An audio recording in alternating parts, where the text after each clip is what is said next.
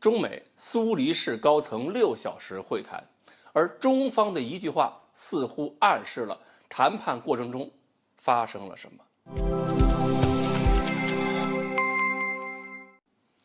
各位网友，大家好，我是周小飞。10月6日那一天，中共中央政治局委员、中央外事工作委员会办公室主任杨洁篪同美国总统国家安全事务助理沙利文在瑞士苏黎世进行了会晤。那么会晤过程中呢，还出了个小插曲。根据香港媒体报道说，会谈刚进行了1小时，沙利文就跑出来了。大伙儿纷纷开始猜呀，怎么1小时人就走了？是不是又谈崩了？是不是又被我们给骂出来了？那么要是谈崩了以后，可就真的没得谈了。因为这个沙利文这个人呢，算是美国政界里边对中国最友好的高级官员之一。不过呢，虚惊一场，最后是谈了6个小时，说明谈的比较充分。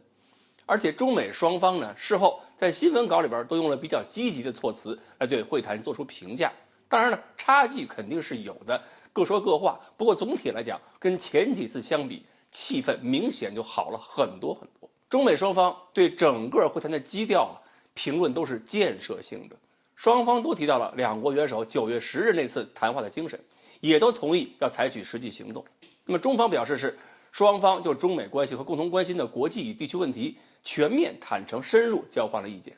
现在国内网友一听到坦诚深入交换意见，就会想起某一个名场面，但是并非每次都如此啊。这次白宫的声明中也说了，沙利文在会谈中提出，美中在共同应对重大跨国挑战方面具有共同利益的领域，说明美国这次更多也是强调了双方有共同点。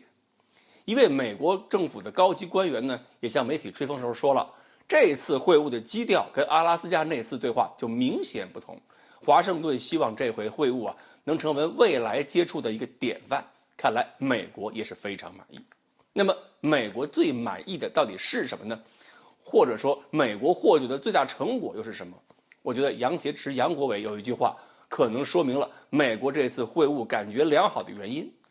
杨洁篪表示，中方重视拜登总统近期关于中美关系的积极表态，注意到美方表示无意遏制中国发展，不愿意搞新冷战。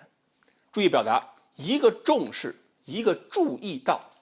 这2句中方的表态对美国来讲就是信心所在了。拜登政府最近在中美关系中遇到的最大问题是，美国商界抱怨拜登没有跟中国缓和关系，而美国政界有些人也抱怨拜登对中国不够强硬。而美国政府面对中国的几次会晤呢，派去的人基本上是被我们骂回来了。美国国内报纸都说拜登讨好中国，所以呢，我们可以通过杨国伟这句话来判断谈判场上到底发生了什么。沙利文这次跟中国人谈话应该是费了不少口舌，说明了拜登的态度很多领域上跟特朗普截然不同。美国不是铁板一块，你们别把拜登当成特朗普看，并且再一次强调拜登跟中国改善关系是有实际愿望的。关键是这次中国终于表示愿意相信拜登的诚意了。有了这么一个成功，中国才会表示评价拜登态度是积极的，才会第一次对美国的不遏制政策正面回应，而不是像以前一样不管美国说什么都怼回去。紧跟着呢，我们也看到了双方宣布要继续搞元首视频会晤，可以说双方至少打算一起做一些实际的事情。其实呢，中国一直在说的就是合作共赢，美方一直在说的也是竞争与合作并存，合则两利，斗则两伤。这个道理美国最高层未必不懂，只不过呢，美国一直希望占据一个主导性的位置，然后再跟中国谈合作，而中国的合作前提是双方必须完全平等。